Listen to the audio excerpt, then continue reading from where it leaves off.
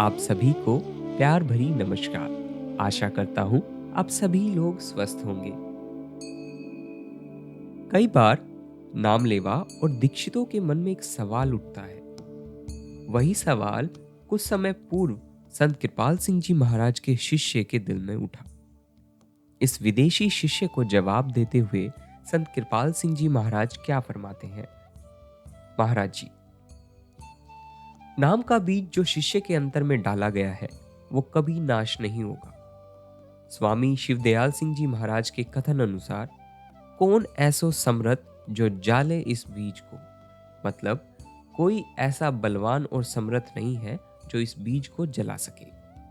वो बीज उपयुक्त वातावरण पाकर एक दिन अवश्य फलीभूत होगा। ऐसे पुरुष जो नाम लेकर गुरु के आदेश अनुसार उसकी कमाई अर्थात भजन सिमरन नहीं करते, तो जब रोग आता है या कोई पीड़ा पड़ती है तो जोर जोर से गुरु और प्रभु को पुकारते हैं, हे प्रभु, ये किस पाप की सजा मुझे मिल रही है। उनका मुख इधर दुनिया से हटकर उधर प्रभु की ओर हो जाता है। मैंने ऐसे कई उदाहरण देखे हैं। हमारे हुजूर परम संत हुजूर बाबा सावन सिंह जी महाराज फरमाया करते, मैं शिष्य की रस्सी ढीली छोड़ देता हूँ, देखें कहाँ तक भागता है, और फिर जब चाहता हूँ रस्सी खींच लेता हूँ और वो वापस खींचा चला आता है। अपने किए पर पछताता है और क्षमा याचना करता है। यदि इस जन्म में वो शिष्य कुछ कर भी ना पाया तब भी बीज का नाश नहीं होगा, क्योंकि अब इस बीज को फलने फूलने के लिए मनुष्य जीवन चाहिए। जैसे मैंने अभी आपको बताया, हर इंसान बन रहा है, विकास कर रहा है। कई लोग तैयार हो चुके हैं, अर्थात अध्यात्म की निधि को ग्रहण करने के लिए उनका पात्र बन चुका है। कई अभी उतने तैयार नहीं। दीक्षितों में से कई ऐसे होते हैं जिनकी पुराने प्रबल संस्कारों की पृष्ठभूमि होती है, जो पहले कुछ करके आए होते हैं। वे जल्दी आगे निकल जाते हैं।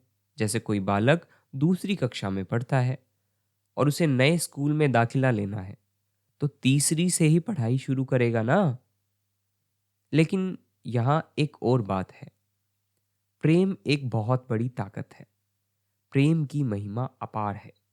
यदि सतगुरु से आपका प्यार सच्चा हो तो आप कितने ही पापी क्यों ना हो, सतगुरु आपकी ओर खींचे चले आते हैं। पाप की परिभाषा क्या है? बाहर दुनिया की चीजों में, वो अच्छी हो या बुरी हो, खींचे रहना। यहाँ अच्छे बुरे का सवाल नहीं, लंपटताई का, मोह बंधन का सवाल है। बाहर से हटने का सवाल है। अगर दुनिया के मोह में लगे हुए हो तो बार बार दुनिया में आओगे। अगर आपका प्यार सतगुरु से सच्चा हो जाए तो मर के कहाँ जाओगे?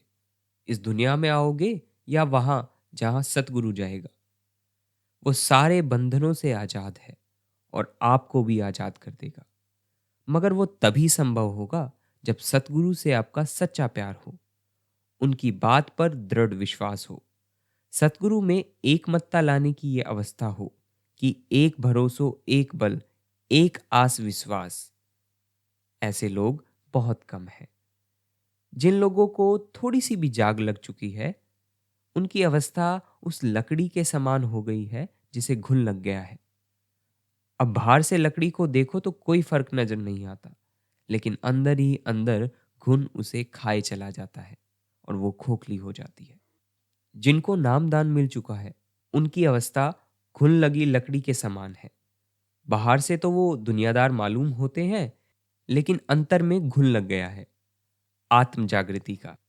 वो दुनिया की लंपटताई और मोह के बंधनों से अंदर ही अंदर दूर चला जाता है। अंत में संसार की इच्छाएं और कामनाओं से रहित होकर वो पुकार उठता है, हे प्रभु, मुझे रास्ता दिखा, मुझे अपने धाम ले चल। गुरु तुम्हारे अंतर में बैठा है, दम दम तुम्हारी संभाल कर रहा है। तुम्हारी बस तुम्हारा मुंह उसकी तरफ होना चाहिए, मदद मिलेगी। गुरु से जितनी एकमतता, जितनी दिल से दिल की राह बनेगी, उतना ही परमार्थ का साधक सार्थक होता चला जाएगा। प्रश्नकर्ता: बहुत बहुत धन्यवाद महाराज जी। महाराज जी, आपका भी धन्यवाद सवाल जो आपने पूछा। सत्संगी: महाराज जी, हम आपकी सारी बातों को रिकॉर्ड कर रहे हैं। क्या आपको कोई आपत्ति तो नहीं है? महाराज जी, मुझे कोई आपत्ति नहीं, केवल काम की बात को ही रिकॉर्ड किया जाए, हर बात को नहीं। वैसे बताइए, आपका दिन कैसा बीता? बहुत व्यस्त थे ना आप? सत्संगी, हाँ, बाजार में कुछ खरीदारी की और वो सारे काम हमने निपटा लिए। महाराज जी, अच्छा किया। तो कल आप फिर नियमित रूप से भजन सिमरन में समय लगाएंगे?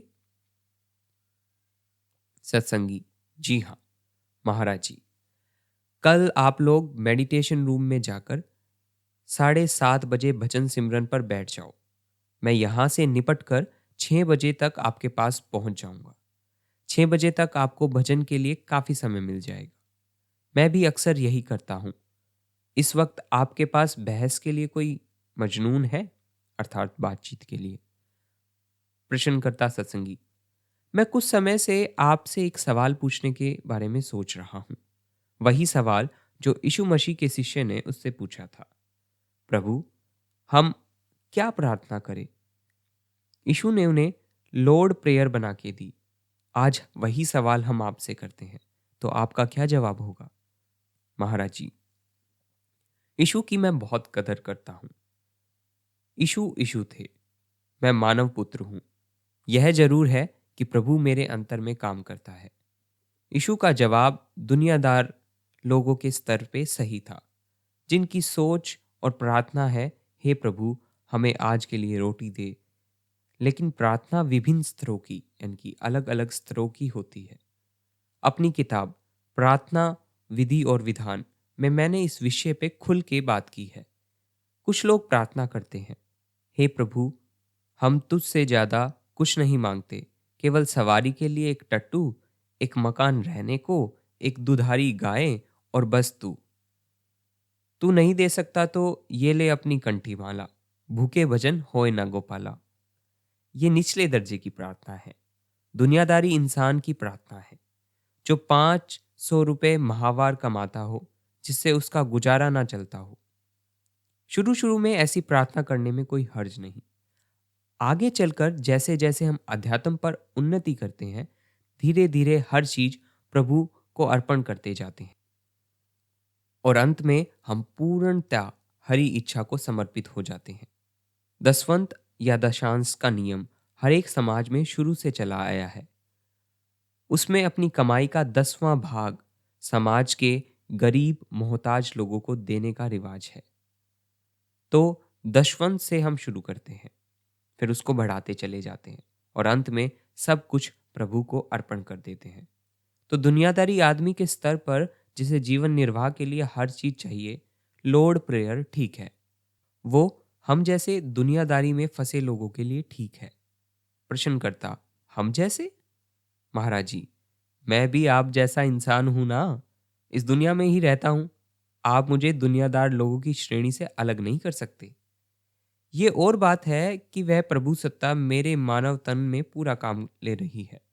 तो दुनियादार इंसान को जीने के लिए हर चीज चाहिए, लेकिन जैसे जैसे हम इस मार्ग पे आगे बढ़ते हैं, तो हम अपना सब कुछ हरि को अर्पण करे चले जाते हैं। हम प्रभु पर आश्रित हो जाते हैं। हम कहते हैं, राजी है उसी में जिसमें तेरी रजा है। देता है तो भी ठीक, ना दे तो तेरी मर्जी। ये पूर्णतः शरणागत की अवस्था है। प्रश्नकर्ता, शुरू शुरू में हम प्रभु से मांगते रहते हैं, हमें ये दो, हमें वो दो। सच्ची प्रार्थना ये है कि हम प्रभु पर हर चीज छोड़ दें, उसके हवाले हो जाएं। आपका मतलब यही है ना?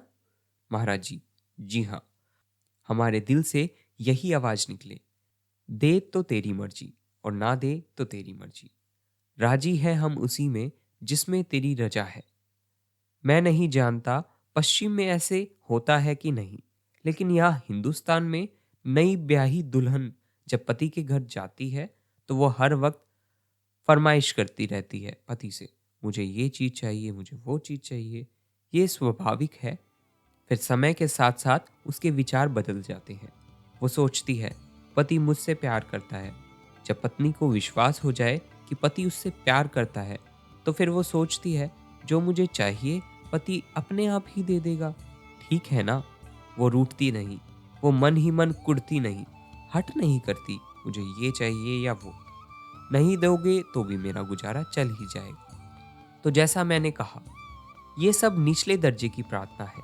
मुझे रोटी दो, अन्यथा अपनी कंठी माला लो। भूखे भजन मेरे से नहीं होगा। पति पत्नी के जीवन में एक समय आता है जब पत्नी देखती है और अनुभव करती है कि पति मेरे से प्यार करता है। मेरी हालात को वो जानता है। वो देखता है मेरे कपड़े फटे हुए हैं, इन कपड़ों में मैं उसे प्यारी लगती हूँ, तो मुझे क्या फर्क। मुझे तो उसकी खुशी चाहिए। हमारा आदर्श होना चाहिए।